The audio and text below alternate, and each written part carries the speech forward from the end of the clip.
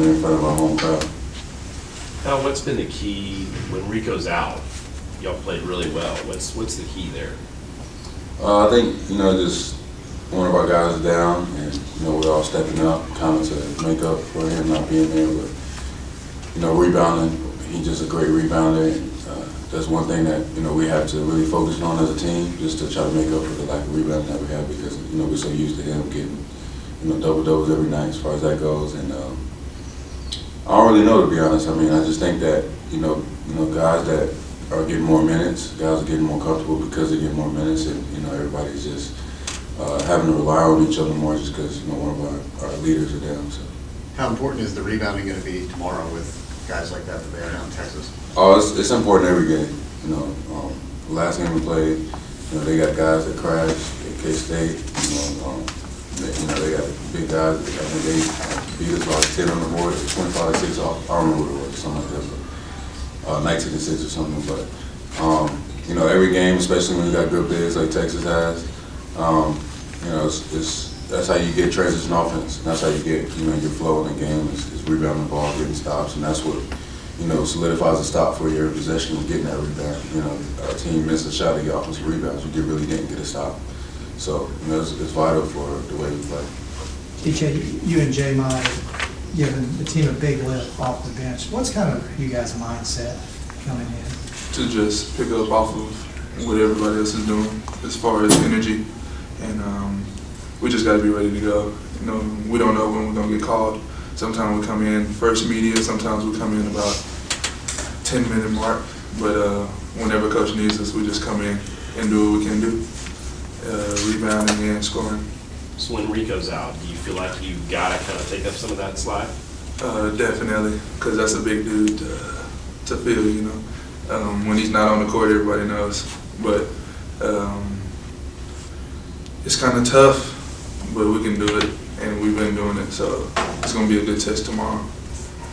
Al, what do you feel like Jay might gives the team? Jay Mott's a great offensive player. He's rebounding, he runs the floor like anybody. He can push the ball in transition. You guys see that.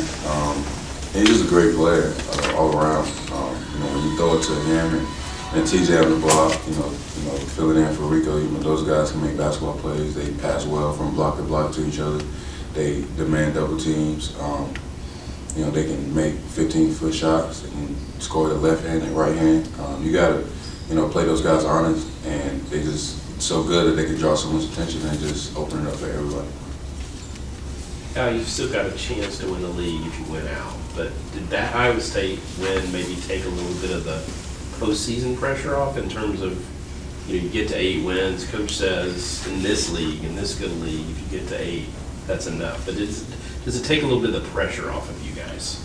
Honestly, I don't think anybody felt any pressure about the postseason. I personally haven't even thought about the postseason. The only thing I think about is the next game, and I know that we dropped some games that we didn't want to, and that hurt us. So we just focused on the next game, and our next game was Iowa State, and we wanted to focus on getting that win. Now we're just focusing on Texas and getting this win, and the game after that, and the game after that, and then Big 12 tournament. So we just take it one game at a time. I think if you look too far ahead, you can kind of lose sight of what's going on right now, and you can worry about things that I wouldn't say are irrelevant, because obviously the NCAA tournament is the goal for every team, but it just, you have to take care of what's in front of you before you can worry about what's down the road. So. Does the strength of the league make it easier to do that, because if you got a good opponent coming up no matter who it is the next day? Yeah, I agree with that. I think, just how deep the league is and how tough every team plays.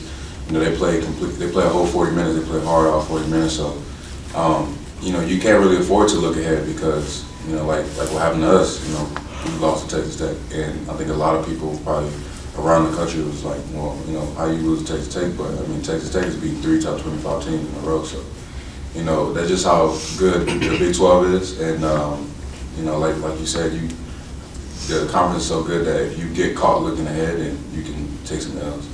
What'd you learn about Texas in that first meeting with them up here? They don't turn the ball over. They play a very controlled game. Conor Lammer hits some big shots down the stretch. Just every game we walk into, we know, they got guys that can score the ball, they got guys that can make big plays, and at the end of the day, I always say this, it's all about getting stops and executing on the offensive end. So, if we rebound the ball like we need to, if we take care of the ball like we need to, then,